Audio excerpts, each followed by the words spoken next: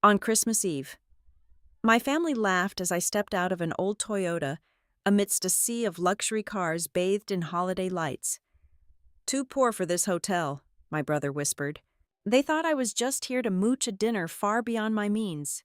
They had no idea the manager was waiting for the perfect moment to take the microphone and deliver an announcement that would obliterate the future they had spent all evening bragging about. My name is Sadie Ellington. I am 34 years old. And on this bitter, freezing Christmas Eve, the heating system in my 15-year-old Toyota Corolla had finally surrendered. The frigid air of downtown Denver seeped relentlessly through the floorboards, chilling me to the bone as I navigated the icy streets. I slowly pulled into the sweeping, snow-dusted driveway of the Calder Crescent. This was not merely a hotel. It was a monolithic fortress built on old money and modern extravagance. The century-old limestone facade was washed in a warm, golden illumination that made the falling snow look like a shower of glittering diamond dust. Ahead of me, a long line of sleek, immaculate vehicles crawled toward the valet stand: a midnight blue Bentley, a silver Porsche, and a pair of blacked-out Range Rovers. And then, there was me. The rusted dent on my front fender caught the reflection of the massive, cascading crystal chandeliers hanging just inside the towering glass entry doors. My presence was a jarring scratch on a perfectly polished surface. The valet, a stern young man wrapped in a heavy wool coat adorned with gold epaulettes, stepped forward. His professional, welcoming smile faltered for a fraction of a second when he took in the peeling silver paint, the dull headlights, and the rattling engine of my sedan. He did not step forward to open my door. Instead, he waited for me to roll down my creaking window, his eyes darting toward the rearview mirror as if he desperately hoped I would simply ask for street directions and drive away into the dark. "Good evening, ma'am," he said, his tone entirely devoid of the warmth and deference he had generously offered to the driver of the Bentley just 2 minutes prior. "Valet parking is strictly reserved for hotel guests and gala attendees tonight. Are you actually checking in, or just doing a drop-off?" "Checking in," I said softly, handing him the worn plastic key fob. The metal was freezing against my skin. He stared at the cheap key, then looked back at my face, his expression a mask of barely concealed skepticism. "Very well. Have a pleasant evening." I stepped out of the car and zipped up my sensible black wool coat, acutely aware of the frayed stitching near the left cuff. As my boots hit the heated cobblestone path, the quiet, sophisticated hum of holiday jazz piping from hidden outdoor speakers was suddenly shattered by a familiar, booming laugh. "Well, look who actually had the nerve to show up." I stopped. Standing near the grand entrance was my older brother, Bryce Ellington. He looked exactly like a man who firmly believed he owned the world, dressed in a custom-tailored velvet tuxedo that undoubtedly cost more than the current Blue Book value of my car. Clinging tightly to his arm was his fiancée, Celeste Monroe. She was draped in a breathtaking emerald green silk gown and an oversized white faux fur wrap. The heavy diamond necklace resting against her collarbone caught the festive lights, flashing with a sharp, blinding arrogance. "Sadie," Bryce said, stepping directly into my path to block my way. He flashed a brilliant predatory smile that did not reach his eyes. "Are you absolutely sure you put the correct address into your phone? I mean, I know you said you were coming, but looking at you, I half expected you to book the wrong hotel down the highway. This place is a little out of your usual league. Do you not think—" Celeste let out a high, musical giggle, pressing her perfectly manicured hand to her chest. "Oh, Bryce, please do not be mean to her. It is so incredibly brave of you to come out tonight." "Sadie? Really? It is. Though, I must admit, I am quite surprised to see you standing here. The Calder Crescent is quite a massive step up from the local diners and budget apartments you are used to." Before I could formulate a calm response, my mother, Lorraine Ellington, glided out from the luxurious warmth of the lobby. Her silver hair was styled into an immaculate, stiff French twist, and she wore a string of heavy South Sea pearls that had belonged to my grandmother. "Sadie, darling," Lorraine said, her voice dripping with the kind of practiced, theatrical sweetness that always preceded a deep emotional wound. She leaned in, pressing a dry cheek heavy with expensive perfume against mine. "You actually made it. But sweetheart, just look at you. You look absolutely frozen. And this coat." She reached out and lightly, disdainfully pinched the fabric of my sleeve between two fingers. "You know, it is still early. It is not too late to change your mind. I saw a very nice, affordable motor lodge just 3 miles back. It would be much more comfortable for you, much more aligned with your personal budget. I can have Bryce call them right now and secure a room for you." "I am fine, Mother," I said, keeping my voice perfectly steady and devoid of the anger rising in my chest. "I already have a reservation here," Bryce scoffed loudly, adjusting his heavy gold cufflinks. "Suit yourself, Sadie. Just try your absolute hardest to blend in tonight. All right? Do not draw attention to yourself. This evening is critical for our family. I am about to sign an exclusive contract that will take Ellington's seasonal concepts national. We are going to be handling luxury holiday installations for the top-tier hospitality chains across the entire country. This is the big leagues. The major investors are inside. The real money is here tonight. Do not do a single thing to embarrass us." "I will not be a problem," I replied quietly, refusing to break eye contact with him. I would not argue. I would not justify my presence. I walked past them, pushing through the heavy revolving brass doors and stepping into the cavernous, breathtaking grand lobby.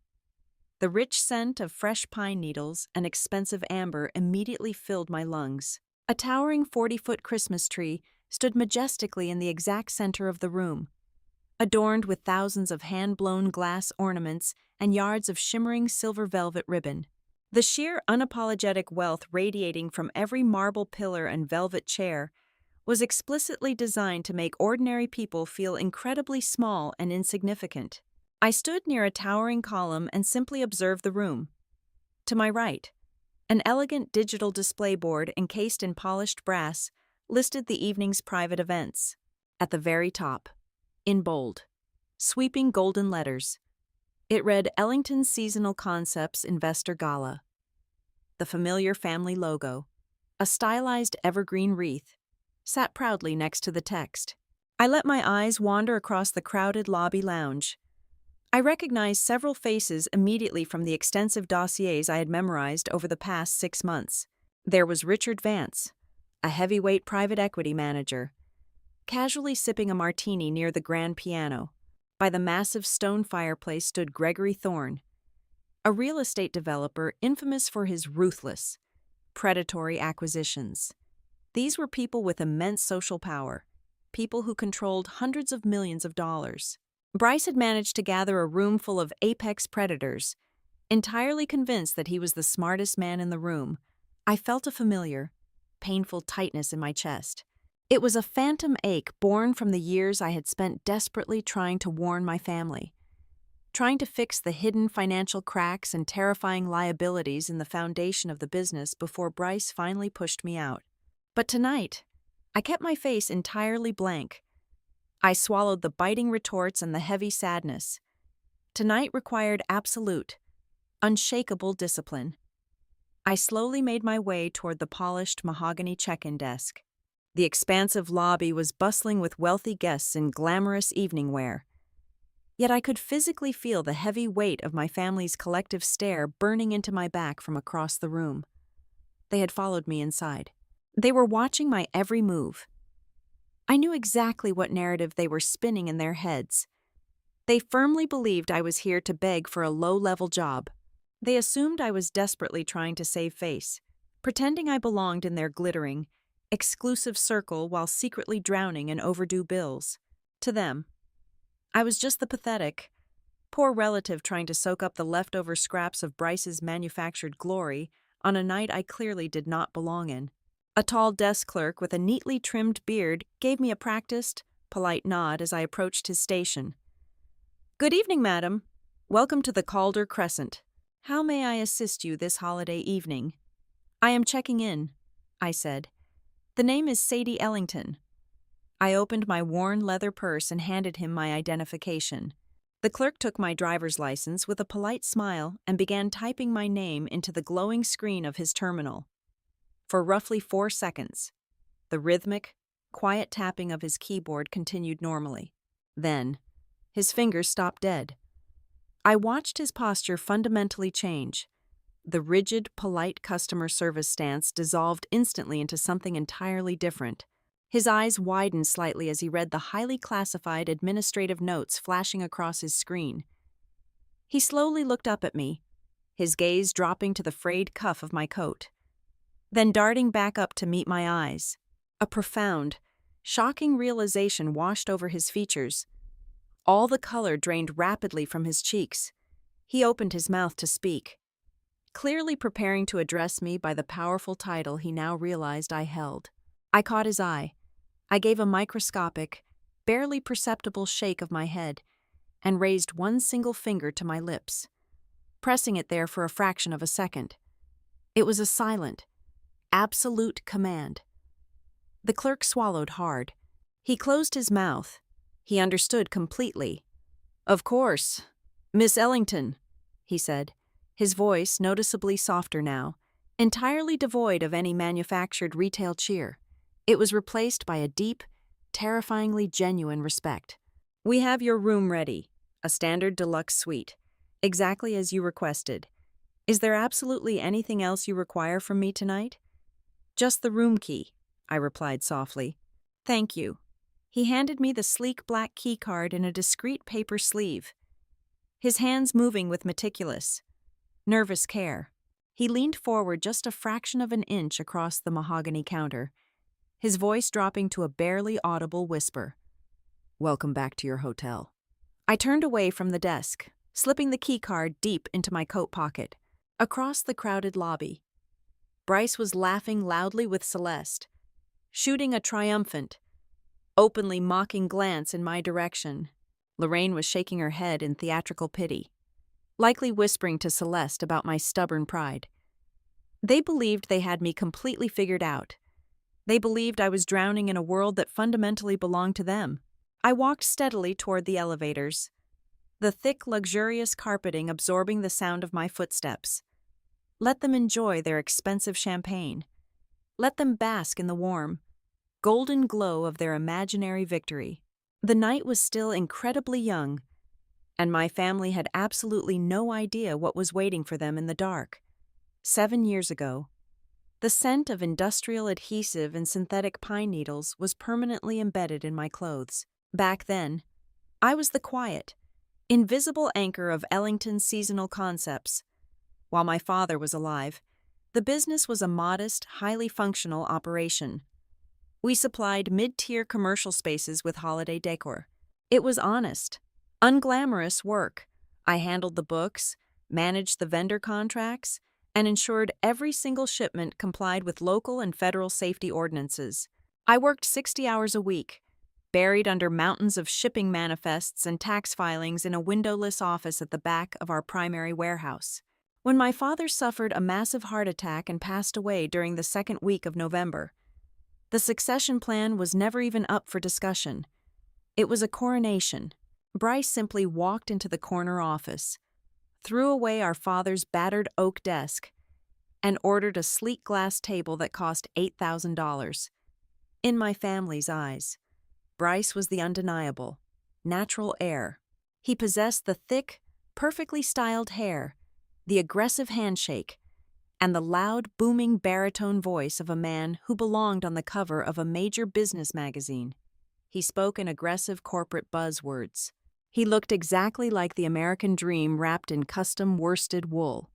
I, on the other hand, was just the cautious sister who balanced the ledgers and worried about the rules. The cracks in his shiny new empire appeared less than 6 months into his tenure.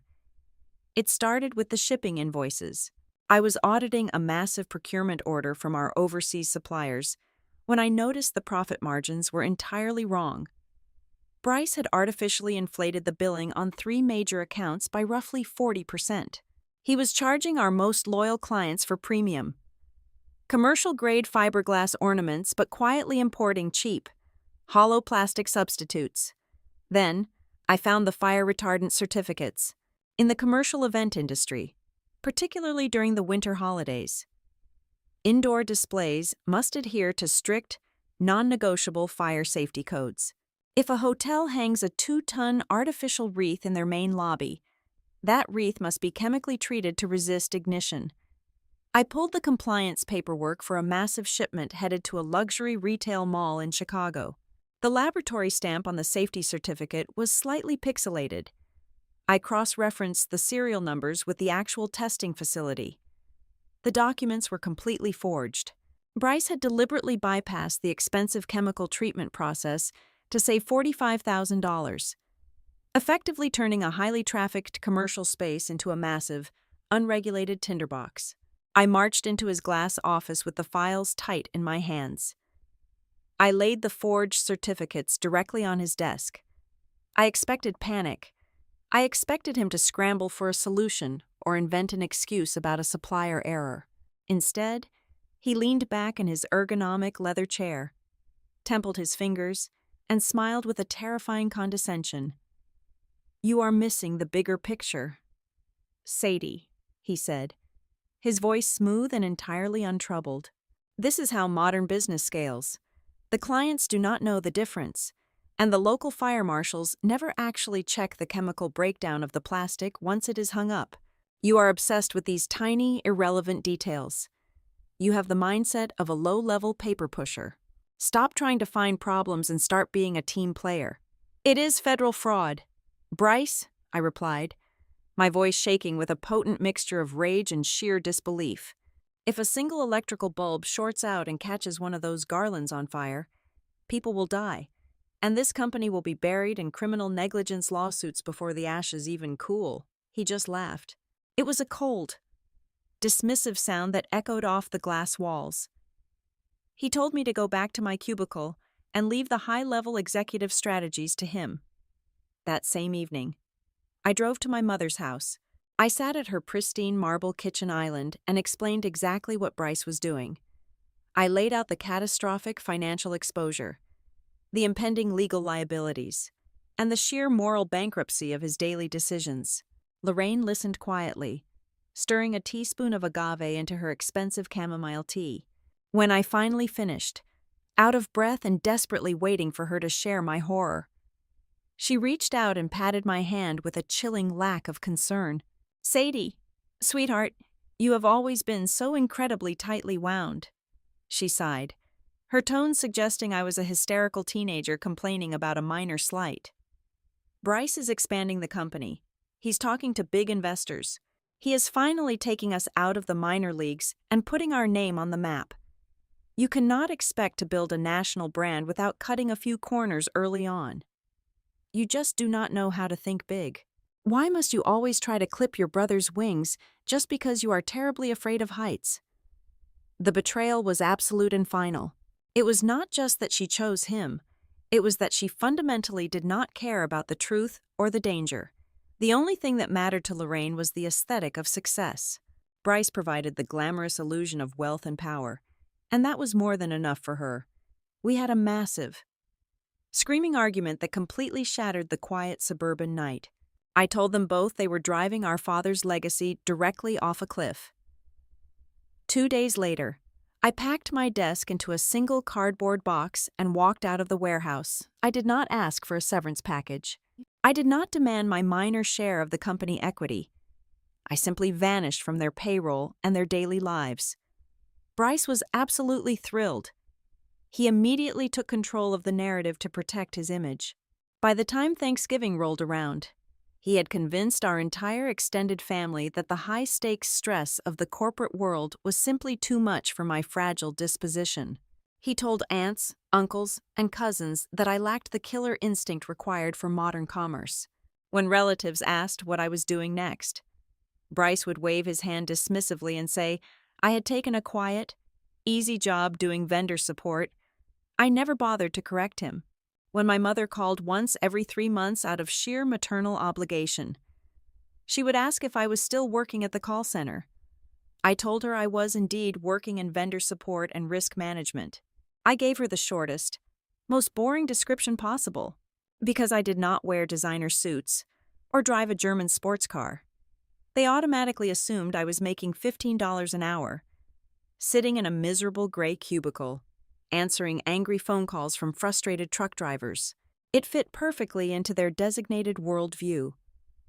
Bryce was the golden sun, and I was the dull, orbiting rock. What they did not know, and what they fundamentally lacked the intellectual curiosity to ever uncover, was that my exit from Ellington's seasonal concepts was not a retreat. It was a profound awakening. I took every single bitter lesson I learned from Bryce's terrifying incompetence and built a firm specifically designed to hunt down people exactly like him. I founded North Glass Risk Group. I did not start as a call center representative. I started as an independent auditor. Within 3 years, I had hired a massive team of forensic accountants, legal advisors, and supply chain experts. We specialized in aggressive risk assessment and restructuring for massive hospitality portfolios. When billion-dollar hotel conglomerates wanted to acquire new properties, they hired my firm to tear through the target company's vendor contracts, hunting for forged compliance documents, inflated invoices, and hidden liabilities. I spent the last 7 years quietly destroying corrupt supply chains. I made my corporate clients hundreds of millions of dollars by identifying toxic assets long before they ever signed a purchase agreement. The business they dismissed as a little vendor support operation ran out of a downtown Chicago office suite and generated 8 figures in annual revenue. Yet, my family never asked a single follow-up question about my life. They deeply preferred the pathetic version of me. It made them feel significantly taller. Which brought me directly to tonight. For the last 5 years, my invitations to family holidays had been conveniently lost in the mail or casually mentioned a day too late. They did not want the poor, struggling sister ruining the aesthetic of their lavish, high society gatherings.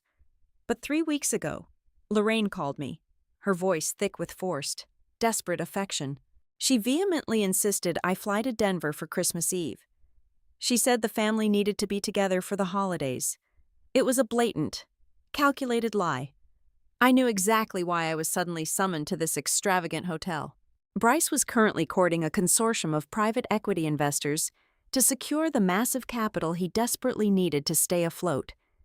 These specific investors were famously conservative. They heavily valued stability, legacy, and strong family ties. Bryce needed a living prop. He needed the complete, harmonious family portrait to project a flawless image of grounded, traditional American values. I was not invited as a beloved sister or a daughter. I was invited as a visual accessory to help him close a massive financial deal. I stood alone in the luxurious elevator of the Calder Crescent, watching the glowing brass numbers tick upward to my floor. Bryce thought he had orchestrated the perfect evening. He thought he had summoned his pathetic little sister to quietly stand in the background and politely applaud his genius. He firmly believed the insulting narrative he had invented about me. He thought I was powerless, poor, and desperate for their scraps. He was about to learn that the paper pusher he threw away had spent the last 7 years learning exactly how to completely dismantle empires with a single stroke of a pen. I had barely taken 10 steps from the reception desk before my family closed in around me beneath the massive fir tree. Every clink of crystal glasses, every polite, cultured laugh, and every sharp, condescending word bounced off the imported Italian marble floors and echoed up toward the vaulted, painted ceilings. I had barely taken 10 steps away from the reception desk before my family completely surrounded me beneath the sprawling, glittering branches of the massive fir tree. The tree itself was a towering monument to excess, decorated with hundreds of hand-blown glass ornaments and yards of thick, shimmering silver velvet ribbon. Bryce took a deliberate, slow sip of his expensive scotch. He looked around the immediate area, ensuring a group of elegantly dressed investors lingering near the concierge desk were well within earshot. He wanted an audience for this. He always needed an audience to validate his cruelty. I have to admit, Sadie, I am genuinely shocked you managed to secure a room, Bryce declared, his voice intentionally raised and booming through the open space. He gestured vaguely toward the upper floors with his heavy crystal glass. A single night in a standard room here costs significantly more than your entire monthly rent. I mean, did you have to empty your meager savings account? Or did you just max out your only credit card to pretend you belong here for one evening? Because we both know you cannot actually afford a glass of tap water in the main dining room. Celeste drifted closer to him, the heavy train of her emerald silk gown brushing aggressively against the toes of my worn leather boots. She offered a toxic, perfectly rehearsed smile. Her eyes slowly raked over my thick knit sweater, pausing significantly on the slight fraying at the collar, before traveling down to my practical, weather-beaten footwear, which still bore the faint white stains of street salt from the Denver winter. "Bryce, darling, stop teasing her," Celeste murmured, though her tone carried the sharp, cutting edge of a razor blade. She reached out and mockingly adjusted the woolen scarf around my neck. It is very sweet that she wanted to see how the other half lives. However, Sadie, the professional photographer, is setting up the family portrait station in the Winter Garden in about 20 minutes. The aesthetic for the shoot is high society gala. Given your, well, rather rustic and casual attire, it might be best if you volunteered to take the picture for us, or perhaps you could just stand entirely out of frame. We simply cannot have your outfit clash with the elegant tone of the party. You understand, do you not? It is nothing personal, just business. Before I could offer a neutral, emotionless response, Grant Ellington sauntered into our tight, suffocating circle. Grant was our younger cousin, a 26-year-old junior executive who functioned as Bryce's most devoted, sycophantic shadow. He wore a tuxedo that was a fraction too tight across the shoulders and carried a small silver plate loaded with expensive caviar canapes. "Hey, Sadie," Grant chuckled, his mouth half full of rich food. He looked me up and down with blatant, undisguised amusement. "If you actually are staying the night, do us all a massive favor. The service staff here expects a minimum of $20 just for opening a heavy door or pushing an elevator button. If you do not have enough cash to cover the basic gratuities, just carry your own bags up the stairs. Please do not stiff the bellhops and embarrass the entire family name. We have a major reputation to uphold tonight, and we cannot afford any cheap relatives dragging us down in front of the board members." I stood perfectly still, letting their collective insults wash over me like a freezing winter rain. I did not flinch. I simply pulled the sleek black key card from my coat pocket and held it loosely in my hand. I had booked a deluxe room on the 14th floor, and I had paid for it in full 2 weeks prior. To them, the small piece of plastic was undeniable proof of my financial recklessness. They firmly believed I was desperately trying to validate my existence in their glittering world, overextending myself to the point of absolute, crushing ruin just to breathe the same expensive air as my successful brother. At that exact moment, the senior desk clerk I had spoken with earlier approached our group. He moved with a quiet, urgent grace, his eyes fixed firmly on me. He completely ignored Bryce. He ignored Celeste, and he did not even glance at Grant. "Excuse me, Miss Ellington," the clerk said, his voice dropping to a low, deeply respectful register that commanded immediate attention. He held out a small, heavy cream-colored envelope securely sealed with the hotel's golden crest. "I apologize for the sudden interruption, but the general manager asked me to deliver this to you immediately. The time has been confirmed for 11 o'clock tonight." I took the envelope, feeling the weight of the thick paper against my fingers, and slid it smoothly into my coat pocket. "Thank you. Please tell him I will be ready." Celeste narrowed her eyes, staring intensely at the spot where the envelope had vanished into my coat. A cruel, triumphant smirk stretched across her perfectly painted lips as she formulated her own entirely incorrect conclusion. "Oh, how incredibly quaint," Celeste laughed, projecting her voice loud enough for a passing wealthy couple to hear clearly. "Did they give you a complimentary breakfast voucher? Or is it one of those charity coupons they hand out to guests who clearly cannot afford to open the minibar? That is so remarkably nice of them to take pity on you." "Sadie, You should definitely make sure to use it before it expires. It is just a scheduling note, I replied evenly, my voice completely devoid of any defensive inflection. As we stood there in the center of the grand lobby, a strange, undeniable pattern began to unfold around us.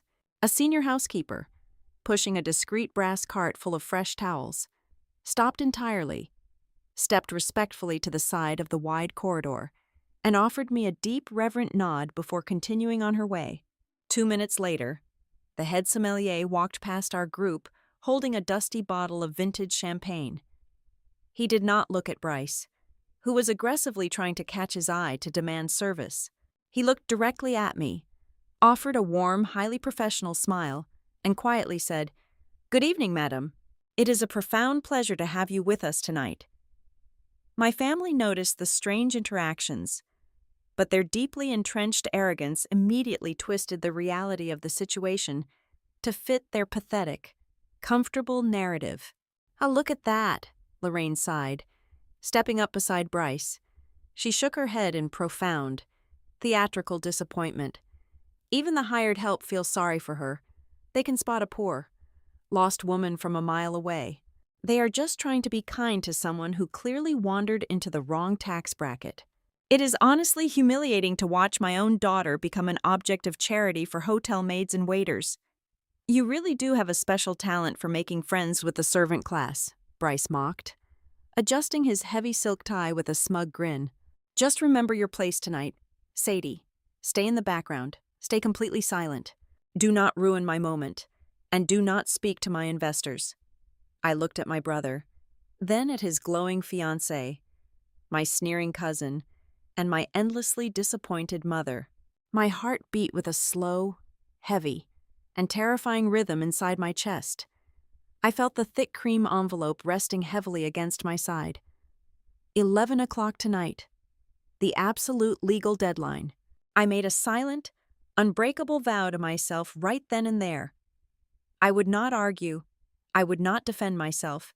I would absorb every single sneer, every mocking laugh, and every arrogant insult they threw at my face. I needed absolute, total silence. I needed the final corporate transfer wires to completely clear the international banking systems. I needed the acquisition paperwork fully executed and locked in place.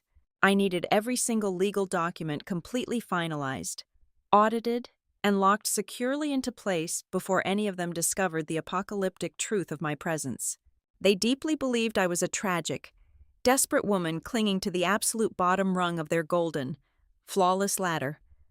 I would let them hold on to that beautiful, comforting lie for just a few more hours, because when the grand clock in the lobby finally struck 11 o'clock, their pristine ladder was going to shatter into a million pieces, and I was going to be the one holding the very hammer that smashed it. The heavy, carved mahogany doors of the grand ballroom stood wide open, spilling warm, golden light and the rich scent of roasted duck and expensive truffles into the adjacent corridor. From my quiet vantage point in the shadows, I watched Bryce holding court near a massive, intricately detailed ice sculpture carved into the shape of a swan. He held a heavy crystal tumbler of single malt scotch in one hand and was aggressively gesturing with the other, completely captivating a tight circle of mid-level executives from the hotel's current management group. He was enthusiastically selling them a dream. He firmly believed that tonight was the monumental, defining turning point of his entire professional life.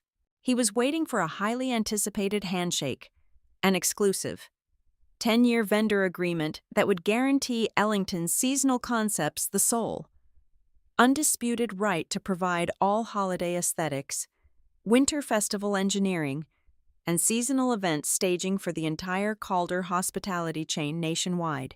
It was a beautiful, glittering fantasy, and it was entirely dead. What my arrogant, deeply confident brother did not know, and what the smiling, nodding executives drinking his expensive scotch were legally bound by strict non-disclosure agreements to hide, was that the current parent company of the hotel had suffered a catastrophic, irreversible financial failure. Exactly 72 hours ago, their primary bridge financing had completely collapsed, The multinational conglomerate was currently drowning in hundreds of millions of dollars of highly toxic debt. The specific men Bryce was desperately trying to impress no longer possessed the legal authority to sign a basic food delivery order, let alone authorize a multi-million-dollar national vendor contract. The deal Bryce was staking his entire corporate future on had died long before the very first invitation to this lavish Christmas gala was ever printed. For the past 8 months, I had not been working an entry-level customer support hotline from a dingy cubicle. I had been sitting in a highly secure, windowless boardroom overlooking the Chicago River, leading a relentless team of forensic accountants, risk analysts, and corporate attorneys. My firm, Northglass Risk Group, had been retained by the massive, shadowy private equity consortium that was currently in the final, aggressive stages of a hostile acquisition of the entire Calder portfolio. We were the corporate executioners. Our sole mandate was to tear apart every single financial ledger, operational contract, and vendor proposal to identify lethal liabilities before the new owners officially took possession of the keys to the empire. When the massive stack of vendor files landed on my desk 3 weeks ago, I immediately recognized the stylized evergreen wreath logo of Ellington's Seasonal Concepts stamped on the cover. I did not recuse myself. I dug straight into the marrow of his business. What I found buried inside Bryce's official submission packet was a masterpiece of corporate suicide. He had not learned a single lesson since the day I walked out of his warehouse 7 years ago. Instead, he had grown infinitely bolder and exponentially more reckless. The financial projections he submitted to the hotel board were artificially inflated by nearly 200%, relying entirely on phantom inventory that did not actually exist in any of our domestic shipping ports. But the aggressive financial padding was the absolute least of his offenses. He had attached a comprehensive commercial liability insurance policy to the proposal to prove he could legally cover the massive scale of the national installation. I personally ran the policy numbers through the National Underwriter Database. The policy had been permanently canceled for non-payment exactly 14 months ago. Worse yet, he had provided mandatory safety compliance certificates for the imported, highly flammable synthetic foliage that was slated to be hung in the hotel's main corridors and grand ballrooms. They were the exact same poorly manipulated, digitally altered forgeries he had used in the past, just with new dates hastily typed over the old ones. If these documents were passed directly to the incoming purchasing board tonight, Bryce would not just lose the lucrative contract. The sheer, undeniable scale of the fraud would trigger an immediate, mandatory referral to federal regulators. His company would be brutally dismantled by government auditors. His corporate and personal assets would be entirely frozen, and his professional reputation would be instantly pulverized into dust. Despite the years of relentless emotional abuse, despite the cruel jokes in the lobby, the insulting comments about my worn boots, and the suffocating arrogance of my family, my initial instinct was preservation. I did not fly to Denver to turn a Christmas Eve party into a bloodbath. I had a very simple, incredibly quiet, and merciful plan. I was going to wait until the dessert plates were cleared and the loud champagne toasts were finished. I was going to pull Bryce into a vacant, soundproof hallway, hand him a single manila folder containing the absolute proof of his fraud, and give him a strict 24-hour window. I was going to tell him to officially withdraw his proposal by morning, citing sudden, unforeseen supply chain disruptions. He could walk away with his massive ego slightly bruised, but his freedom and his company entirely intact. He would never even know I was the architect of his mercy. That was the solid plan until Tuesday morning, 4 days ago. My lead structural investigator flagged a heavily encrypted secondary file attached deep within Bryce's primary proposal. It was a collateral guarantee. Securing the raw materials for a national rollout required massive upfront capital, money that Bryce simply did not have in his rapidly depleting operating accounts. To secure the short-term mezzanine loan, a highly predatory financial instrument, carrying an astronomical 22% interest rate, the aggressive lenders demanded a hard, physical asset as collateral. I opened the digital file on my monitor and stared at the scanned document until my vision physically blurred. Bryce had pledged our mother's primary residence, the sprawling, four-bedroom colonial house she had lived in for 3 decades, as the primary collateral for the high-interest commercial loan. He had also leveraged the entirety of her private retirement portfolio as a secondary guarantee. I scrolled down to the bottom of the final page, my heart hammering a violent, terrifying rhythm against my ribs. There, sitting neatly on the black signature line, was the elegant, flowing cursive handwriting of Lorraine Ellington. I leaned closer to the glowing screen. I knew my mother's handwriting significantly better than my own. I knew the specific, sharp loop she used on the letter L. I knew the slight, right-leaning slant of her vowels. The signature on the binding legal document was a breathtakingly accurate replication. But the pressure applied to the digital pen was entirely wrong. It lacked the smooth, confident, uninterrupted flow of a natural signature. It was meticulously traced. It was a flawless, undeniable forgery. Bryce had not just risked his own imaginary empire. In his desperate, blinding obsession to secure his place among the wealthy elite, he had quietly tied a massive concrete anchor around our mother's neck. If this deal collapsed, and I knew as an absolute, irrefutable fact that it was already dead, the predatory lenders would immediately seize the house. They would liquidate her retirement funds within 30 days.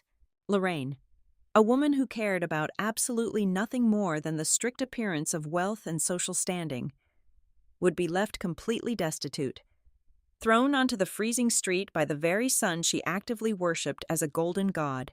I stood in the cold shadows of the lobby corridor, watching Bryce laugh loudly at a joke made by a hotel executive who was about to be completely unemployed by midnight. Celeste clung to Bryce's arm, smiling into her champagne, oblivious to how fragile their whole performance really was. The cold, highly analytical part of my brain, the exact part that had meticulously built Northglass Risk Group into a lethal corporate weapon, locked firmly into place. The quiet, merciful sister who just wanted to save her family from public embarrassment vanished entirely. Tonight was no longer about the petty slights, the insulting comments about my cheap sweater, or the cruel jokes about my budget. It was no longer a simple matter of walking away and letting them live safely in their delusional, fragile bubble. This was a brutal battle between the absolute truth and an empire of devastating lies, wrapped tightly in sparkling Christmas lights, expensive crystal, and false promises. Bryce was dangerous, and if I let him walk out with that contract, he would drag everyone tied to him down with him. I reached deep into my coat pocket, my fingers brushing against the thick cream envelope the clerk had given me. The countdown had already begun, and I was fully prepared to watch his entire world burn to the ground. I moved away from the heavy mahogany doors and slipped into the periphery of the main dining space. The intricate dance of the waitstaff was in full swing. Trays loaded with seared duck breast and braised endives floated seamlessly above the crowd, carried by men and women moving with silent, practiced precision.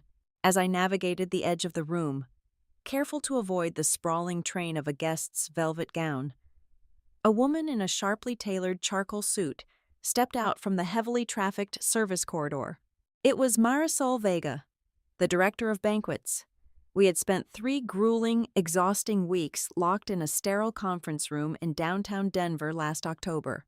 When the initial acquisition restructuring plans crossed my desk, the holding company's primary analysts had proposed a massive 25% reduction in the hourly wages for the entire hospitality staff to offset the hotel's bleeding profit margins. They wanted to classify it as a necessary corporate optimization. I had fought tooth and nail against it. I presented 90 pages of granular operational data, proving that gutting the veteran staff would instantly collapse the service quality and ultimately destroy the underlying value of the asset. Marisol had quietly, bravely supplied me with the exact internal payroll metrics I needed to win that brutal fight against the corporate board. Marisol stopped abruptly when she saw me standing near a towering floral arrangement. The rigid professional mask she wore for the wealthy guests melted away instantly, replaced by a look of profound, exhausted relief. She stepped close to me, ensuring her voice would not carry over the vibrant string quartet playing a classical arrangement in the center of the room. "Miss Ellington," Marisol said, her dark eyes shining with a fierce, unmistakable gratitude. "When I saw your name on the master guest list tonight, I almost broke down and cried in my office." The transition team sent the final payroll addendums over the secure server this morning.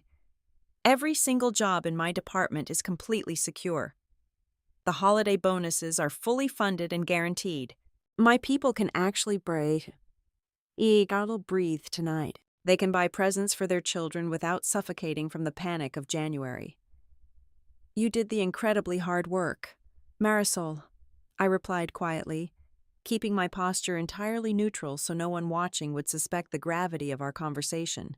"I just made absolutely sure the executive board read your numbers instead of ignoring them." "No," she insisted, shaking her head firmly, a fierce intensity gripping her features. "You made them see us as actual human beings instead of easily erased liabilities. We will never, ever forget that." Before I could formulate a proper response, a man in a crisp blue maintenance uniform emerged from a discreet side door, holding a glowing digital tablet.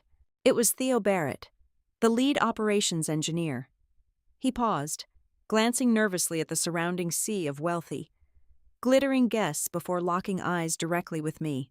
He did not approach, but he gave a sharp, definitive nod, tapping his fist gently against his chest right over his heart. "Thank you," Theo murmured as he walked past me to check a thermostat, his voice rough and heavy with emotion. "My wife is due in 2 months. We were completely terrified about the post-holiday layoffs. We thought we would lose our health insurance. You saved our family." I offered him a small, deeply respectful smile as he disappeared into the affluent crowd.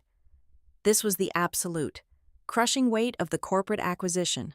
It was not just about abstract profit margins, market share dominance, or executive egos. It was about the hundreds of fragile, working-class families tethered to this crumbling historic building, desperately hoping the unseen new ownership would not casually cast them out into the freezing winter streets. I turned back toward the center of the room and immediately collided with my mother's highly disapproving glare. Lorraine had been watching the entire exchange from a tufted velvet love seat a few yards away. She gracefully rose to her feet, her heavy pearl necklace swaying, and drifted toward me. Her expensive silk shawl trailed behind her like a regal, suffocating ghost. "You always did have such a remarkably unique talent for making friends with the hired help, Sadie." Lorraine sighed, her voice laced with a thick, sugary poison designed to sting. She looked at the service door where Theo had just exited, her nose wrinkling slightly as if she had suddenly caught the scent of something profoundly foul. "I suppose it makes perfect sense. You have always been so naturally suited for work close to the laboring class. It is a very sweet, simple little life. Someone has to listen to their endless, petty complaints, and you have such a remarkably soft, pliable heart for people who simply cannot climb the corporate ladder. Just try your absolute hardest not to distract the servers too much. Darling, Bryce needs the dinner service to be absolutely flawless tonight, and we cannot have you getting in their way." I swallowed the bitter, acidic taste rising sharply in the back of my throat. She did not see Marisol as a brilliant, highly capable logistical director managing a massive operation. She did not see Theo as a master engineer keeping a massive, aging infrastructure alive and safe.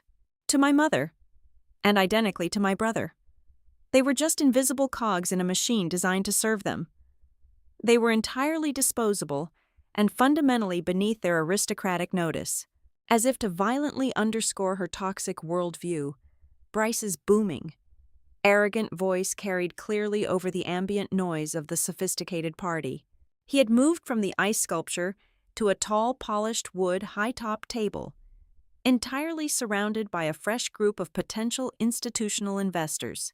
"The absolute secret to aggressively scaling this business is ruthless seasonal optimization," Bryce declared, confidently tapping the table with his index finger to emphasize his point. "Labor is by far the heaviest, most dangerous anchor in the holiday hospitality sector. These people always want overtime, They demand holiday pay. They complain about benefits. It is a massive, unacceptable drain on the bottom line. My operational strategy is entirely modular. We utilize short-term, unskilled, desperate contractors for the heavy lifting. We cut the legacy staff down to the absolute bone. You simply do not build a national, luxury brand by carrying the dead weight of a massive payroll. You trim the fat, you standardize the aesthetic product, and you relentlessly maximize the yield. People are just numbers on a spreadsheet. Gentlemen, the absolute second you start treating them like family, you lose your competitive edge in the market. His vile words hit me like a physical, heavy blow to the stomach. He was standing in a beautiful room meticulously curated, polished, and flawlessly executed by the very human beings he was casually dehumanizing to impress a group of strangers in expensive suits. I closed my eyes for a fraction of a second, and the glittering, loud ballroom instantly dissolved. I was suddenly transported back in time to my very first apartment in the bleakest part of Chicago. It was a miserable, drafty, one-room studio positioned directly over a loud, 24-hour commercial laundry facility. The constant smell of industrial bleach and cheap detergent was burned into my memory. I clearly remembered the bone-deep, trembling exhaustion of working 14 hours a day.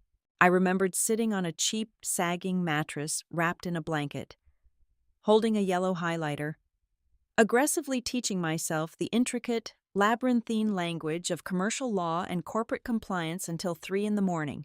I vividly remembered the soul-crushing humiliation of walking into massive, intimidating boardrooms filled with arrogant men exactly like my brother. Men who looked right through me as if I were made of glass. Men who automatically assumed my cautious silence was a permanent symptom of stupidity rather than a highly calculated strategy of professional survival. I remembered exactly what it felt like to be treated as a disposable, low-level asset by a family member who fundamentally believed my only purpose on earth was to serve as a quiet stepping stone for his boundless, destructive ambition. I opened my eyes and looked directly at Bryce. He was laughing again, a wide, predatory, deeply satisfied grin stretching across his handsome face as the wealthy investors nodded in enthusiastic, greedy agreement. A cold, diamond-hard clarity suddenly crystallized inside my chest, locking into place with a heavy, satisfying finality. This evening was no longer a simple act of personal retaliation. It was no longer about proving my blind family wrong or vindicating the deeply wounded, discarded girl they had thrown away 7 years ago. If I simply allowed Bryce to walk out of this luxury hotel with a signed contract tonight, he would take his toxic, sociopathic corporate philosophy and aggressively inject it into a massive, national system. He would build his vast, glittering empire by systematically crushing thousands of decent, hard-working people exactly like Marisol and Theo. He would immensely enrich himself by exploiting their labor, compromising their physical safety, and ruthlessly discarding them the exact moment they became a minor financial inconvenience. He would do to them on a grand, national scale exactly what he had mercilessly done to me in our father's dusty warehouse. The nature of my decision violently shifted, locking into a new, entirely unbreakable orbit.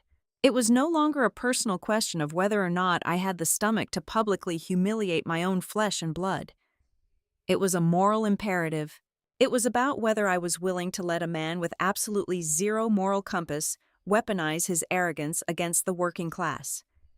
I stood up incredibly straight, adjusting the frayed cuffs of my practical wool sweater. I did not feel the sharp sting of my mother's condescension anymore. I did not feel the heavy, phantom ache of my brother's past betrayals. I only felt the immense, terrifying power of the absolute authority I secretly held in my pocket. Bryce had spent his entire privileged life looking down on the quiet, unglamorous people who actually kept his world running.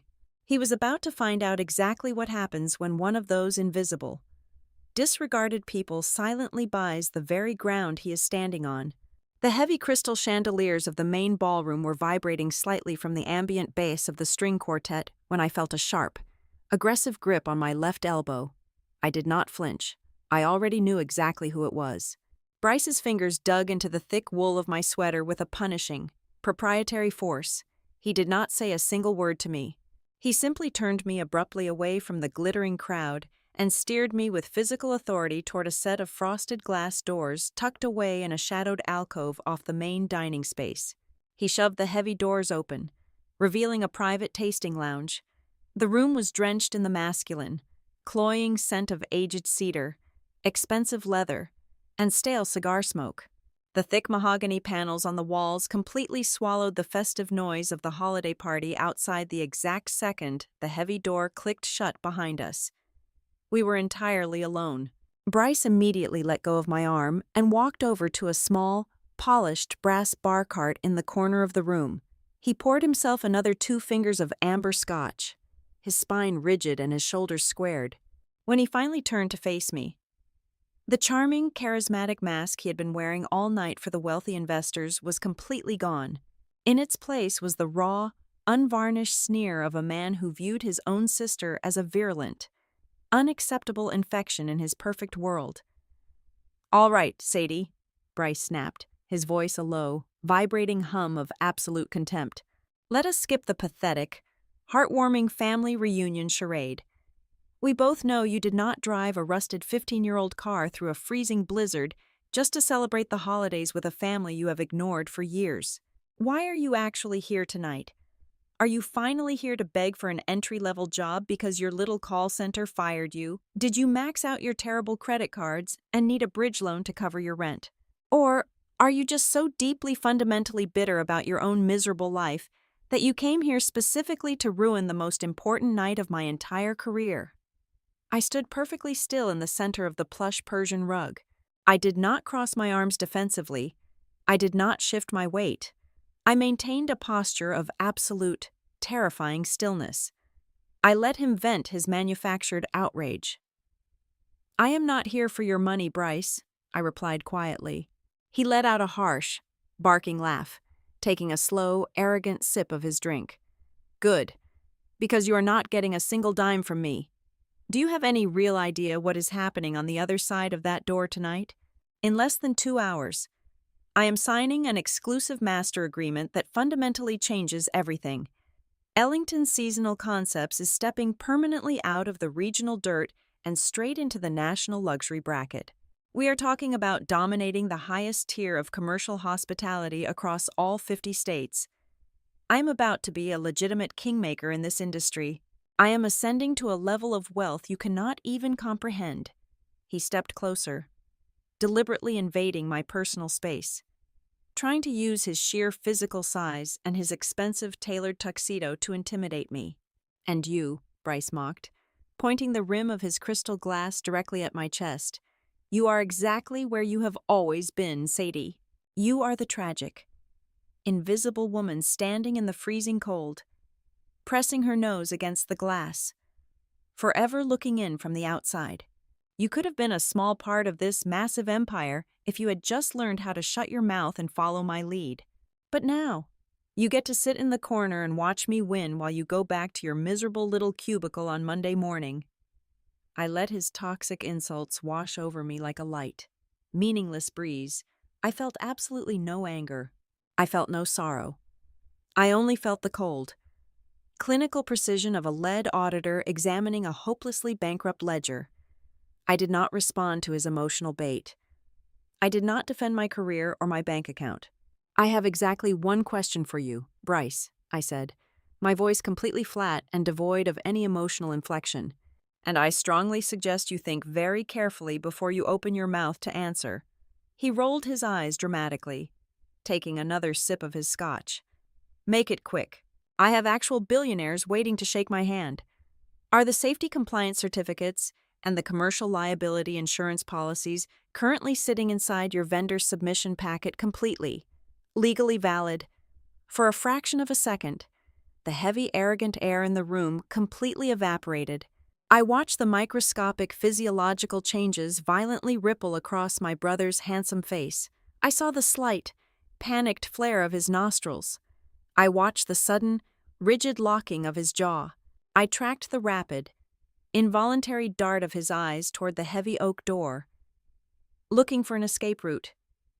It was a micro-expression of pure, unadulterated terror that lasted less than half a heartbeat. But Bryce was a creature built entirely on a foundation of aggressive denial. He violently suppressed the internal panic and forced a loud, booming laugh that echoed sharply off the wooden walls. "Are you actually serious right now?" he sneered, shaking his head as if I were a deeply confused, hysterical child. 7 years. 7 long years have passed, and you are still the exact same pathetic, obsessive little paper pusher terrified of her own shadow. You walk into a room filled with the most powerful financial titans in the state, and your very first instinct is to ask me about basic insurance forms, God. It is honestly tragic how incredibly small your brain is. Sadie. The paperwork is entirely fine. It is perfectly standard corporate procedure. Now get out of my way.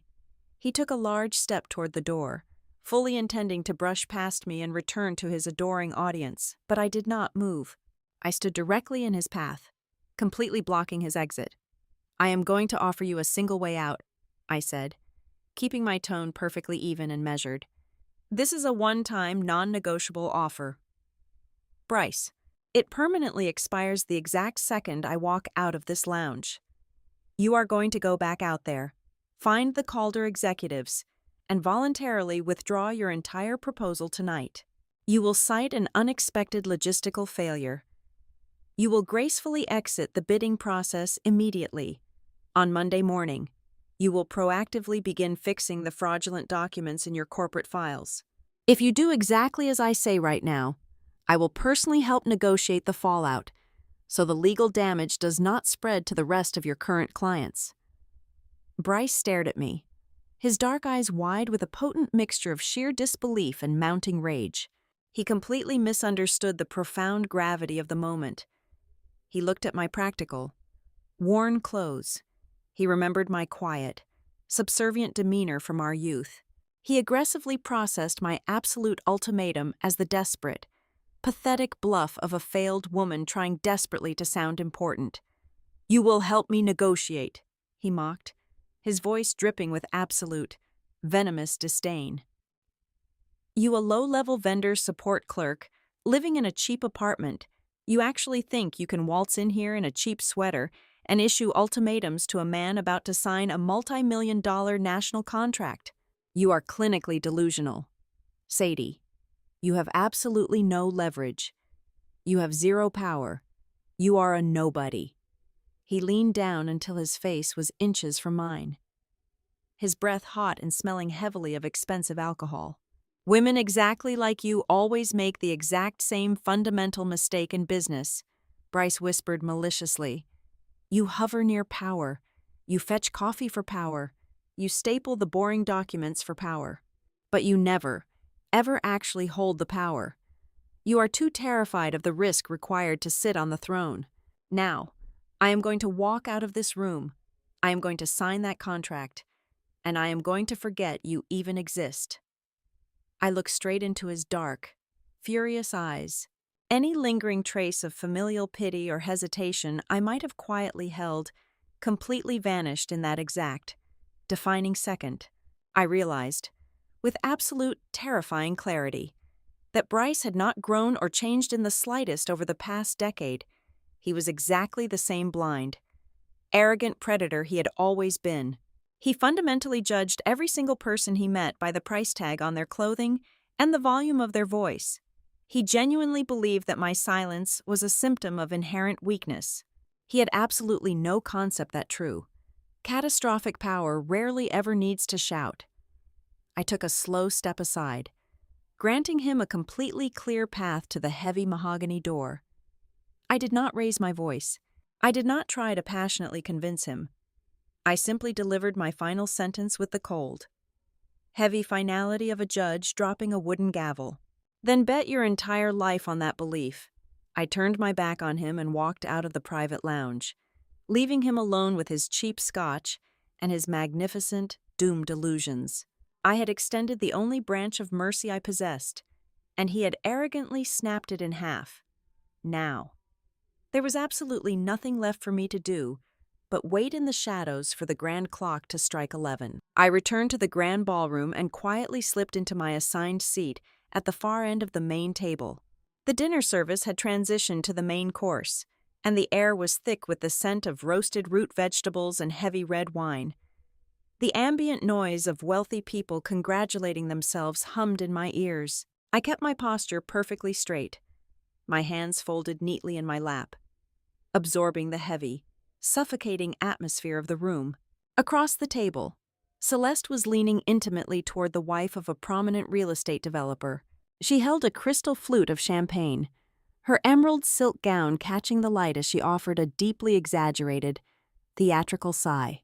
She made absolutely sure her voice was just loud enough to carry over the classical music playing in the background. "It is just so tragic," Celeste whispered to the woman, casting a sorrowful, pitying glance in my direction. "Sadie is going through such a remarkably hard year. She has this little job doing customer support over the telephone, mostly just shuffling paperwork and answering angry complaints. Bryce and I try our absolute hardest to include her in these glamorous events so she can feel a tiny bit of joy. You know how it is, Susan. We feel a deep moral obligation to take care of the less fortunate members of the family." Susan, a woman draped in expensive cashmere, looked at me with a sickening mixture of wealthy sympathy and utter detachment. She offered a tight, polite smile. "That is very kind of you. Celeste, tell me, Sadie, are you staying here at the hotel for the holiday weekend?" I opened my mouth to give a simple, factual answer, but before a single syllable could leave my lips, Bryce suddenly materialized behind my chair.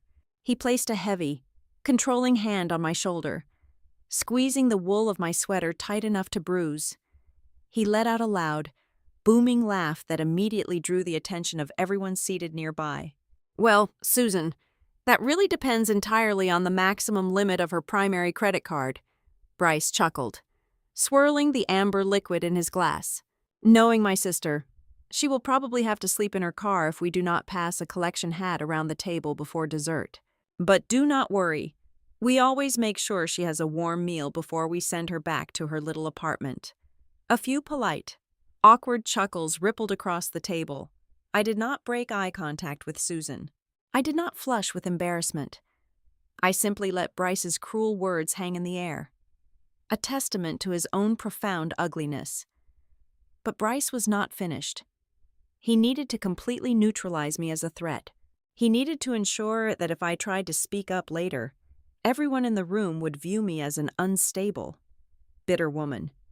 He caught the eye of a towering security director standing near the kitchen entrance and gave a sharp wave.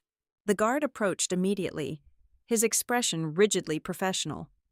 "Officer," Bryce said, lowering his voice into a tone of faux concern that was still perfectly audible to the entire investor group, "could you do me a massive personal favor? Just keep a very close eye on my sister tonight. She has been incredibly emotional lately, and the stress of being in such a high-class environment seems to be getting to her. She is prone to doing silly, irrational things when she feels overwhelmed. I just want to make sure she does not cause a scene or hurt herself." The security guard looked at me, his eyes filled with a trained caution, and gave Bryce a slow nod. "Understood, sir. We will monitor the situation closely." It was a masterclass in social manipulation. In less than 2 minutes, my brother and his fiancée had publicly stripped away my dignity, reduced my entire life to a pathetic charity case, and painted me as an emotionally unstable liability. They had pushed me into a dark, suffocating corner where any defensive reaction would only validate their vicious narrative. Right at that exact, suffocating moment, my cell phone vibrated violently against my hip. I slipped the device out of my pocket and placed it discreetly on my lap, shielding the screen with my hand. It was a secure message from Helena, my lead corporate attorney. The text consisted of 3 simple, earth-shattering sentences. "Funding has cleared. The transfer documents have been signed and recorded. Ownership of the property has officially transferred to Ashmere House Hospitality." I stared at the glowing letters until they burned into my retinas. The sheer magnitude of the moment settled over me like a heavy, silent blanket. My family had spent the entire evening mocking my supposedly low-level job. They had absolutely no idea that my forensic auditing firm, Northglass Risk Group, was merely the operational weapon I used to clean up the assets. I was not a minor shareholder. I was not a hired consultant working for a faceless conglomerate. I was the sole founder, the primary architect, and the controlling owner of Ashmere House Hospitality. I did not just audit the Calder Crescent. As of 2 minutes ago, I completely owned it. Every single chandelier, every marble pillar, every ounce of expensive champagne currently flowing down my brother's throat belonged entirely to me, before I could even process the full weight of the first message. A second text from Helena appeared on the screen. The secondary residential lien has been acquired through our shell entity. Your mother's home is protected. A sharp, painful breath hitched in my throat. Despite my mother's relentless cruelty, despite her willing participation in my humiliation, I could not let her become collateral damage in Bryce's catastrophic failure.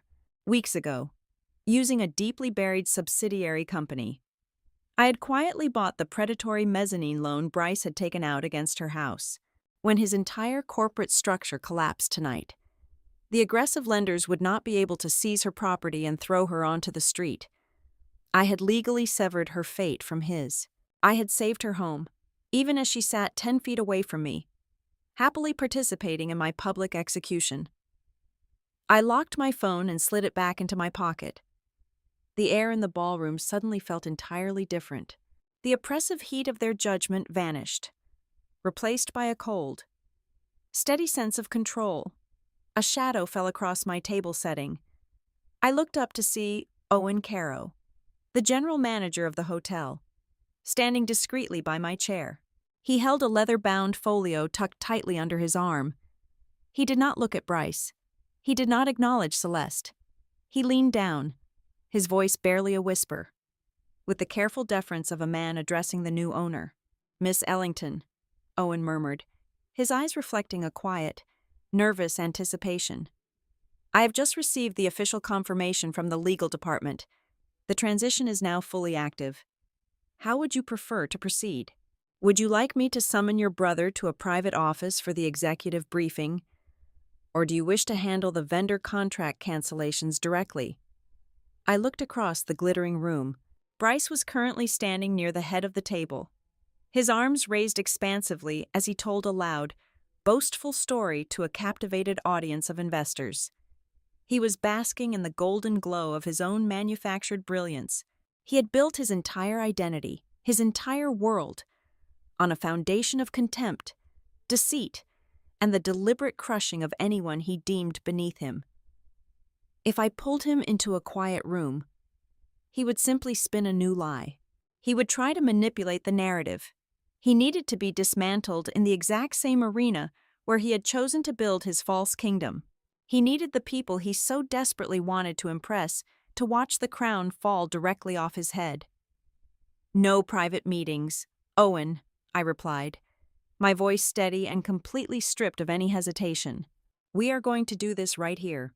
We are going to do it in front of every single person in this room." Owen gave a slow, solemn nod of understanding. "Very well, madam. I will prepare the microphone." As the general manager walked away to secure the stage, I took a slow sip of my ice water.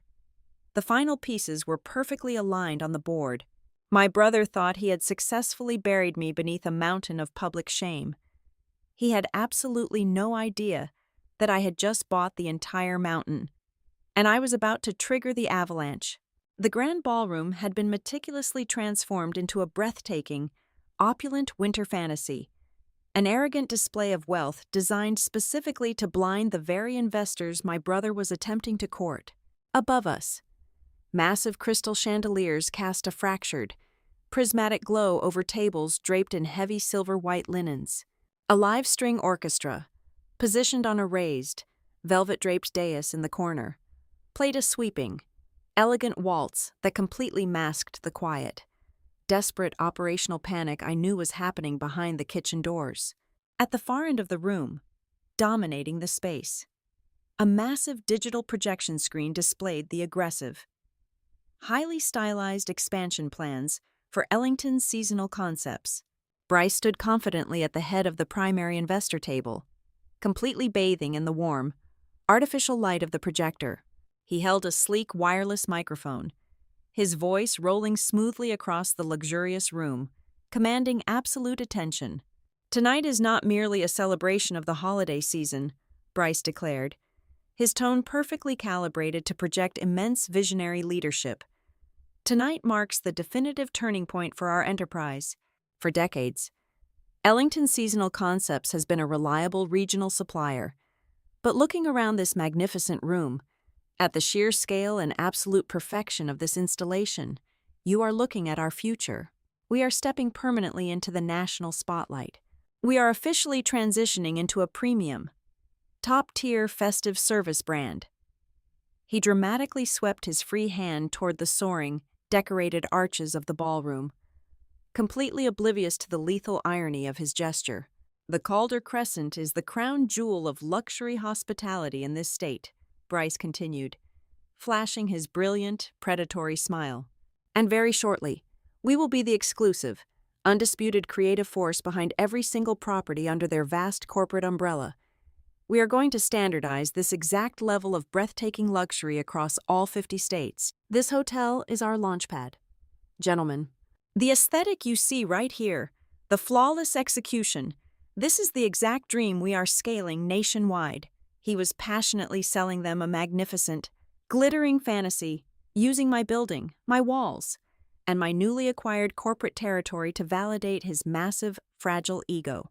He had absolutely no idea that the future rights to this very room, the exclusive contracts he was bragging about, and the very ground he was standing on had already been completely severed from the hands of the people he had spent the last 8 months aggressively negotiating with. When Bryce finally paused to take a triumphant sip of water, allowing the heavy applause to wash over him, Grant pushed his chair back and stood up. My cousin held his crystal champagne flute high in the air. A smug, sycophantic grin plastered across his face. He looked directly around the table, ensuring he had the attention of the wealthiest men in the room, before his eyes locked deliberately onto me. "A toast," Grant announced, his voice ringing out with practiced theatricality. "To Bryce, a man who truly understands the fundamental difference between simply existing and actually rising to conquer the world. Because, let us be perfectly honest, there are certainly some people in this family who only know how to take up space and survive on the absolute bare minimum.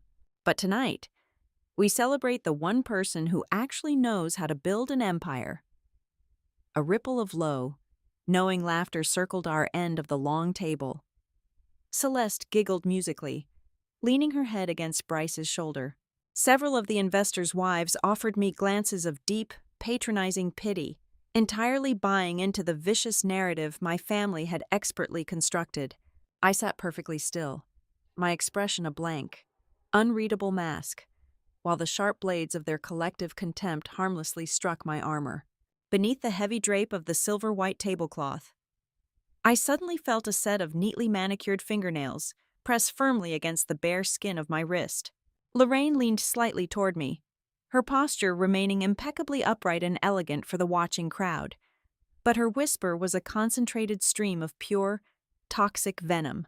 "Do not even think about saying a single word, Sadie," my mother hissed, her grip tightening until a dull ache radiated up my forearm. "I know it is incredibly difficult for you to sit here and watch your brother achieve the massive success you never could. I know you are feeling bitter. But do not do anything drastic to ruin your brother's important night. You will sit quietly, you will smile politely, and you will not embarrass us. Be a good girl and make a tiny sacrifice for the sake of this family's peace for once in your life." She was completely defaulting to the exact same broken dynamic that had ruled our entire lives. I was the designated shock absorber. I was the one expected to quietly swallow the abuse, the fraud, and the humiliation so the golden sun could continue to shine without interruption. I gently but firmly pried her fingers off my wrist, placing my hands back in my lap. I did not give her the satisfaction of a response. right at that exact moment.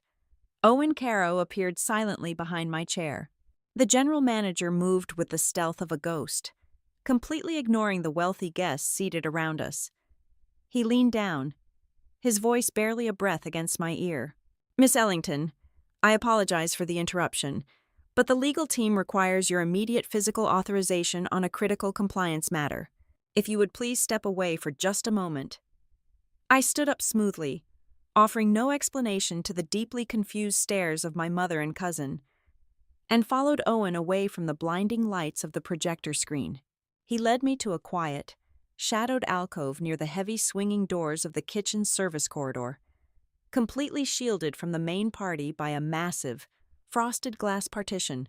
Owen held a glowing digital tablet in his hands. The sleek device felt incredibly stark and dangerous against the backdrop of the romantic, soft-focus ballroom.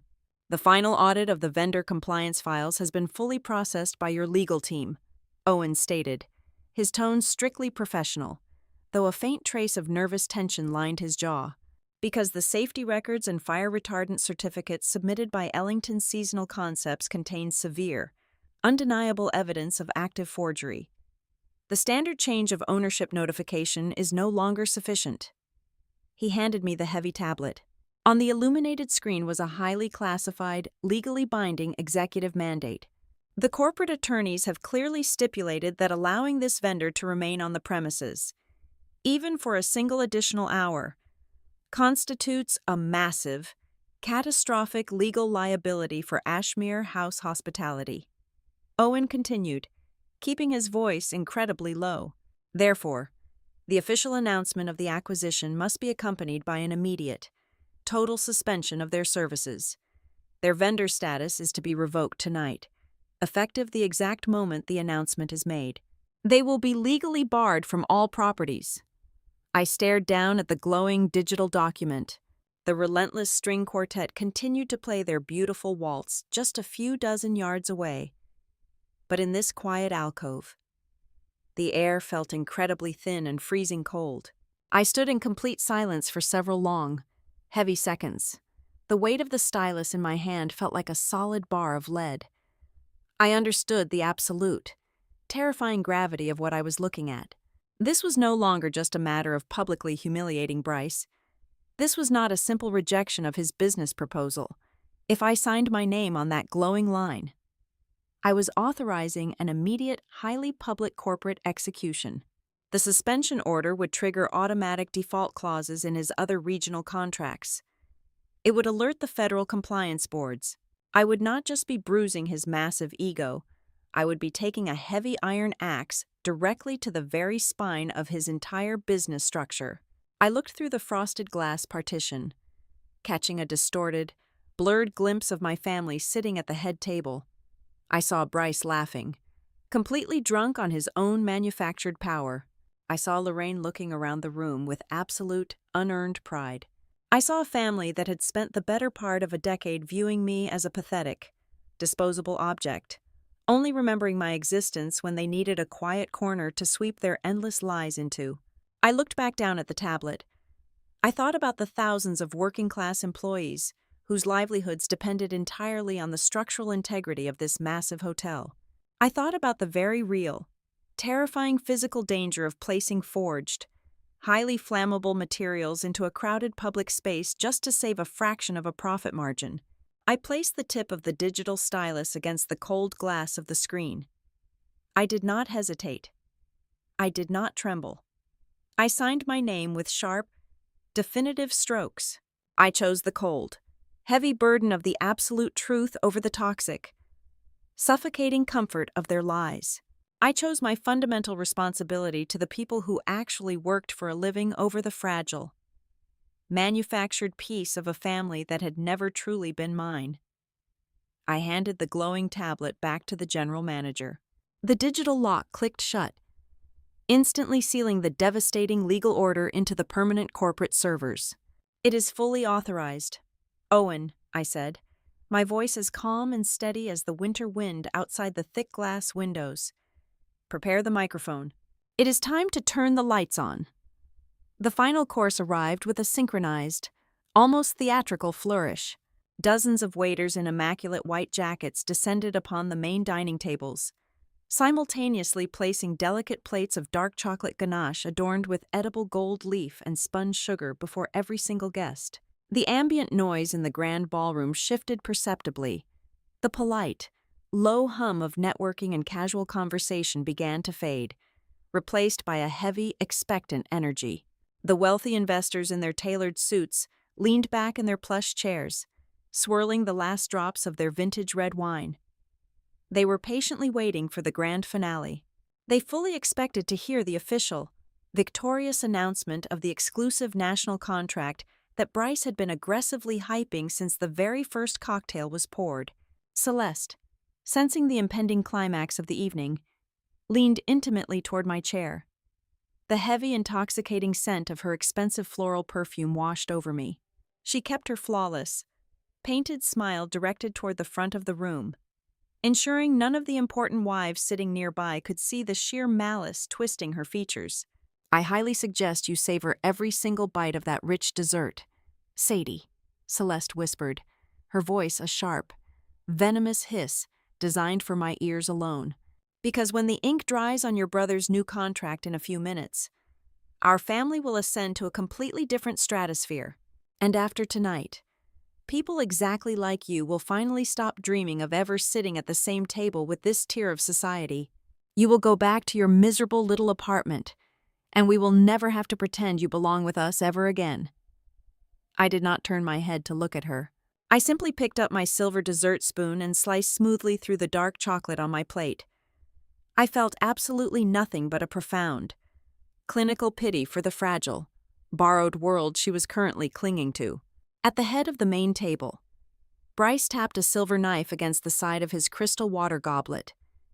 The sharp, ringing sound immediately cut through the soft notes of the string quartet. He stood up slowly, grabbing the wireless microphone from its designated stand. He was practically vibrating with the toxic mixture of expensive scotch, boundless arrogance, and the absolute certainty of his own impending coronation. He paced slowly back and forth across the polished wooden floor near the projection screen, making deliberate, meaningful eye contact with the most powerful men in the room. "As we enjoy this magnificent final course, I want to take a brief moment to speak about something infinitely more important than profit margins or national expansion strategies," Bryce began, his deep baritone voice oozing with a manufactured, highly calculated sincerity. "I want to speak about the heavy, often brutal burden of legacy. When my father passed away, the very foundation of Ellington's seasonal concepts was shaken to its core. We were staring directly into the abyss of failure." He placed his free hand dramatically over his heart, playing the role of the weary, noble savior to absolute perfection. In that dark hour, a definitive choice had to be made.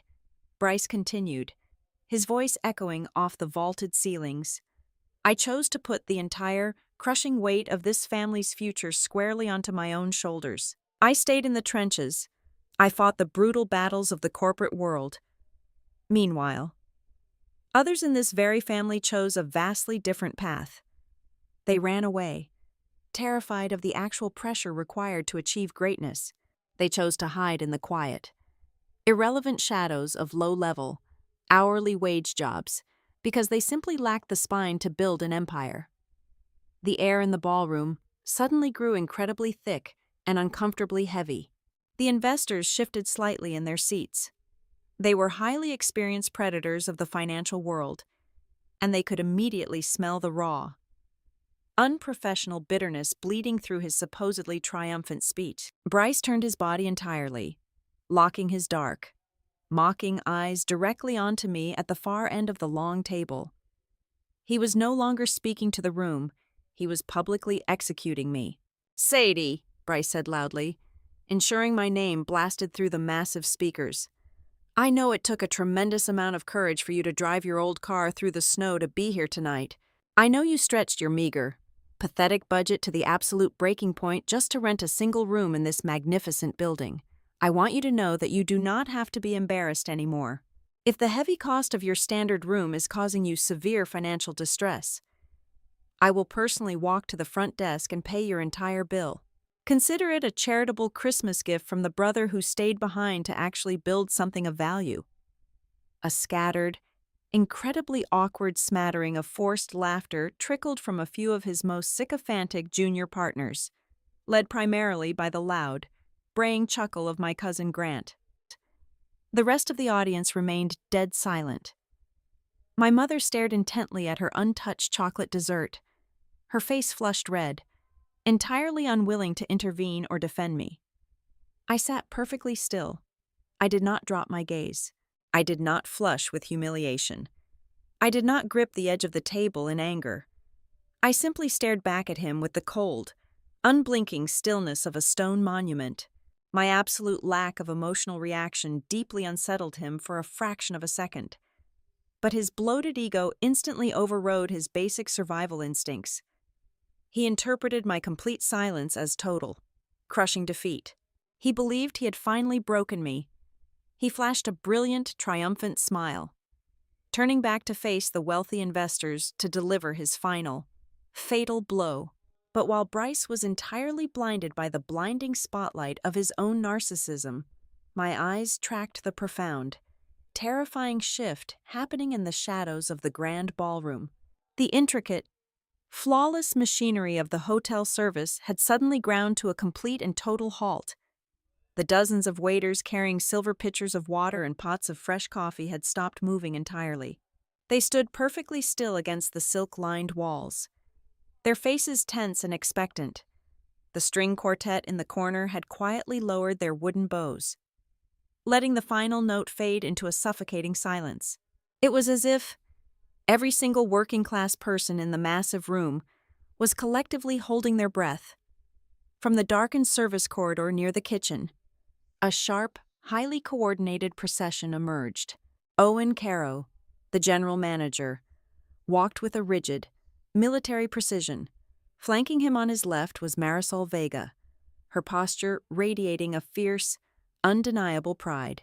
On his right was the lead corporate counsel for the hotel management group, a tall, severe woman holding a thick-bound legal dossier against her chest.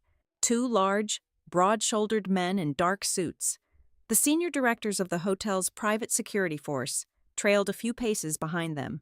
They moved silently through the maze of tables, completely ignored by the wealthy guests who were still watching Bryce on the stage.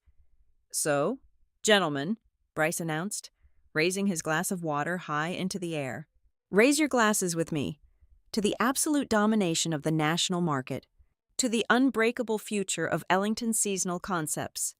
Before a single guest could echo the toast, Owen Caro stepped directly onto the edge of the illuminated presentation area. The general manager did not wait for an invitation. He moved with the absolute authority of a man acting on direct orders from the highest possible power. "Pardon the sudden interruption, Mr.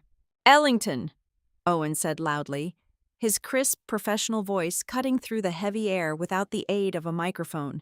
He extended his open hand toward Bryce. "I am going to need to borrow that microphone for a moment. I have an extremely critical, time-sensitive operational announcement to deliver on behalf of the new executive management." Bryce lowered his glass. A wide, deeply satisfied smile stretched across his face. He looked out at the audience, his chest puffing out with overwhelming pride. In his arrogant, narrow mind, this was the exact moment he had been waiting for all year. He firmly believed the general manager was stepping onto the stage to publicly announce the signing of the massive, exclusive vendor contract. He thought they were rolling out the red carpet for his coronation. "Of course, Owen," Bryce chuckled, happily handing over the sleek black microphone. "Please, by all means, the floor is entirely yours. Tell them the good news." Owen took the microphone. He did not look at the investors. He did not look at Bryce. He turned his head and looked directly across the vast, silent expanse of the grand ballroom, his eyes locking precisely onto mine. I placed my silver dessert spoon gently onto the white porcelain plate. The faint clink sounded like a heavy iron vault locking shut. I pushed my chair back from the table. The scraping sound echoed loudly in the painfully quiet room. Celeste looked at me, her brow furrowing in deep, angry confusion. violently whispering at me to sit back down. I ignored her entirely. I stood up, smoothing the front of my practical wool sweater, and began to walk slowly, deliberately, down the center aisle of the ballroom. I walked past the tables of staring billionaires. I walked past the bewildered faces of my mother and my cousin. I moved out of the freezing shadows and stepped directly into the warm, blinding light of the stage, walking right up to the side of the general manager. Exactly as I had been silently invited to do. The slow burn of the evening was officially over, and the inferno was about to begin. The absolute silence that fell over the grand ballroom was not merely the absence of noise. It was a heavy, suffocating physical weight. Every single eye in the vast room was locked onto the illuminated presentation stage. Bryce stood frozen, the smug, triumphant smile slowly sliding off his handsome face, replaced by a deep, profound confusion as I stepped up beside Owen Caro.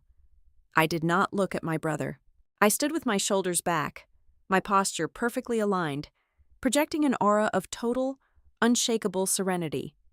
Owen held the wireless microphone close to his mouth.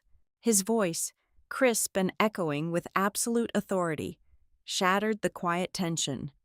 "Ladies and gentlemen," the general manager announced, scanning the sea of wealthy investors and corporate elites, effective as of 11 o'clock this evening. The previous holding company has formally dissolved its operational ownership of this property. I am officially announcing that the Calder Crescent has been fully acquired in a private immediate cash buyout by Ashmere House Hospitality. A collective murmur of shock rippled through the plush velvet chairs. Corporate acquisitions of this massive scale were never finalized on a major holiday evening unless the move was an aggressive, flawlessly executed hostile takeover. Furthermore, Owen continued, raising his voice slightly to command the room, I am incredibly proud to inform you that the new ownership has fundamentally guaranteed every single current employment contract within this building. There will be 0 operational layoffs. The massive seasonal staff reductions planned by the former parent company have been permanently canceled, and all holiday bonuses will be dispersed in full to the staff by tomorrow morning. From the shadows near the kitchen doors, I heard a faint, collective exhale from the waiting servers. It was the sound of dozens of working-class families suddenly realizing they were safe. Owen turned his body slightly, gesturing toward me with a deep, reverent bow of his head. Allow me to formally introduce the primary architect of this historic acquisition, Owen declared. She is the brilliant mind who personally led our exhaustive due diligence process, and she is the controlling owner of Ashmere House Hospitality. Ladies and gentlemen, Miss Sadie Ellington. The reaction was instantaneous and entirely devastating. At the head table, Celeste dropped her crystal champagne flute. The expensive glass hit the polished wooden floor and shattered into 100 glittering pieces, the sharp sound ringing out like a gunshot. The rich, golden liquid pooled around her designer heels, but she did not even blink. Her jaw was unhinged, her eyes wide with a terrifying, apocalyptic horror as she stared up at the woman she had spent the entire night viciously mocking. Bryce actually stumbled backward. He physically recoiled as if Owen had just struck him across the face with a heavy iron bar. All the artificial color rapidly drained from his cheeks, leaving his skin a sickly, pale gray. He looked at my practical wool sweater, my worn boots, and my calm, indifferent expression. In that exact fraction of a second, the colossal, crushing weight of his catastrophic miscalculation finally broke through his thick armor of arrogance. He realized the pathetic, poor outcast he had been parading around for his own cruel amusement was the exact person who had just bought the entire world he worshipped. But the execution was only half finished. Owen raised his hand, instantly demanding silence from the murmuring crowd. I have one final, critical operational directive from the new executive board. As a direct legal consequence of this transition, all pending vendor negotiations and verbal agreements initiated under the previous ownership are hereby declared completely null and void. Bryce let out a sharp, panicked gasp, his hands flying to his chest as if he were having a sudden heart attack. specifically, Owen stated, his tone dropping to a cold, clinical register. The proposed master contract with Ellington's Seasonal Concepts is permanently terminated. Furthermore, due to severe, highly documented anomalies regarding forged fire safety certificates and lapsed commercial liability insurance discovered during our legal audit, this specific vendor is suspended from all property premises immediately. A formal legal review of these fraudulent compliance violations has already been initiated with the federal regulatory authorities. "That is a lie," Bryce screamed, his booming baritone voice finally returning. But this time it was completely fractured by sheer, unadulterated panic. He lunged forward toward the microphone, his polished tuxedo suddenly looking like a cheap, ill-fitting costume. "She is lying. You cannot do this. This is my deal. This is my entire company." Before Bryce could take another step toward me, the tall, severe woman from the corporate legal team intercepted him. She moved with ruthless efficiency, pressing a thick, sealed manila envelope directly into the center of his chest. "You have been formally served with a suspension of operations and a preliminary notice of corporate fraud, Mr. Ellington," the lawyer said coldly. "Security will now escort you off the premises." The fallout was spectacular.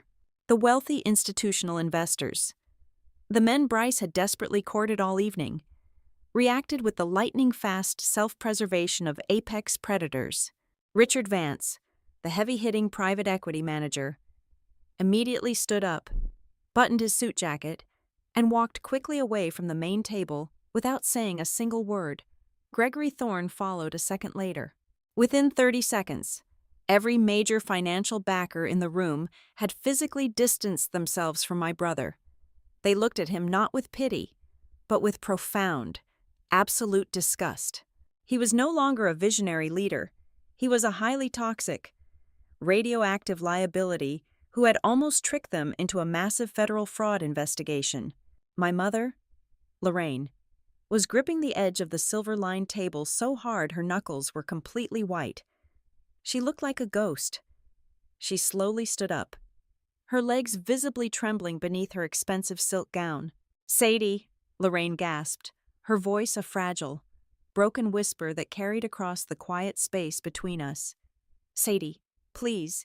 His loans. He used my signature. The lenders are going to take my house. They are going to take absolutely everything I have."